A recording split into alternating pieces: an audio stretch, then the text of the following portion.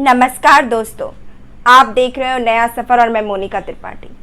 आज हमारे देश के प्रधानमंत्री जी ने 5 बजे देश को संबोधित किया और जैसे देश की 125 करोड़ जनता को इंतजार था, प्रधानमंत्री जी बेरोजगारी के बारे में बात करेंगे। प्रधानमंत्री जी देश में जो 18 करोड़ 70 लाख लोग बेरोजगार हैं उनके बारे में बात करेंगे। प्रधानमंत्री जी एक ऐसा इंफ्रास्ट्रक्चर तैयार करेंगे उन लोगों के लिए, लेकिन नहीं, हमारे देश के प्रधानमंत्री जी ने क्या बात की। हम देश के लोगों को अक्टूबर तक, दिवाली तक 5 किलो आटा, 5 किलो चावल और 2 किलो दाल देंगे। 5 किलो आटा, 5 किलो चावल, 2 किलो दाल से देश नहीं चलता है।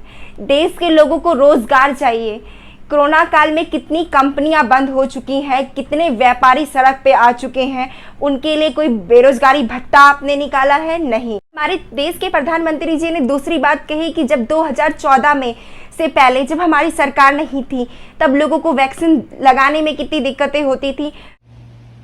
जब 2014 में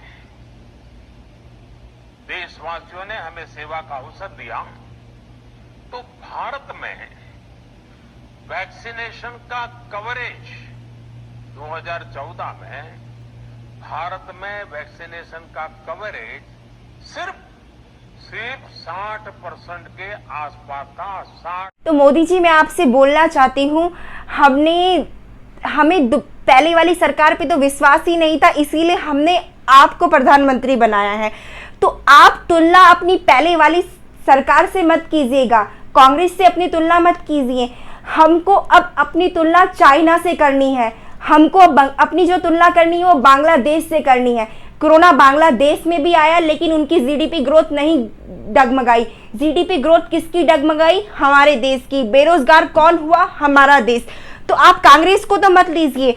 अगर हमें उनको देखकर आपको वोट नहीं दिया है, हमने अपने आप को वोट दिया है, तो हमने कल्पना की है कि हमारा देश चाइना जैसा बने, हमारा देश अमेरिका जैसा बने, हमारा देश विकासशील से विकसित देश बने। हमने इसीलिए आपको वोट दिया है। हमेशा इस देश का युवा यही इंतजार करता है कि आप मन की बात में देश को संबोधित करते समय कभी बेरोजगारी के बारे में बात करोगे, एक ऐसा इंफ्रास्ट्रक्चर उनके लिए तैयार करोगे, लेकिन आपने आज तक ना कभी बेरोजगारी के बारे में बात की, ना इस देश की जीडीपी ग्रोथ के बारे में बात की, ना आपने कभी शिक्षा के बारे में बात की है। इस देश के लोगों का महंगा राशन खरीदते समय दिल तो बहुत दुखता है, लेकिन आपको सत्ता से बेदखल करने वाला गुस्सा नहीं आता है, क्योंकि वोट बैंक बनाए रखने के लिए पेट्रोल डीजल में राहत देने की आवश्यकता क्या है? जब फेसबुक, ट्विटर, व्हाट्सएप पर ऐसे मीम बनाकर काम चल जाए। कहा जाता है हौसला मत टूटने देना इस महान मानव का, वरना आने वाली पीढ़ी हमें क्षमा नहीं करेगी।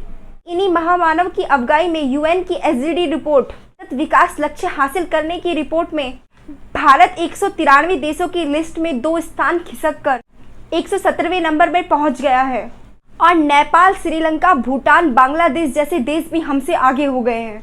पेट्रोल डीजल की महंगाई पर मीम बनाए जाते हैं। भगवादारी होना एक महंगा शौक है जो कायरों की बस की बात नहीं है। देश की जीडीपी गिरती है तो मीम बनाए जाते हैं कि कांग्रेस की नेताओं पे छापा मारा जाए, जीडीपी अपने आप ही रातों रात 10% बढ़ जाएगी। ये सब पढ़ने वालों को यह पता होना चाहिए कि कांग्रेसी और अन्य दलों के पता नहीं कितने नेता बीजेपी में आकर गंगा नहा गए। सरकारी कंपनियों को बेचे जाने पर सवाल पूछा जाता है तो विदेशों से हथियार खरीदने के लिए मोदी सरकार की प्रशंसा की जाती है। फेसबुक, ट्विटर, व्हाट्सएप पर रोजाना ऐसे मीम बनाए जाते हैं। कहा जाता है अगर मोदी नहीं होते तो इस देश का क्या होता।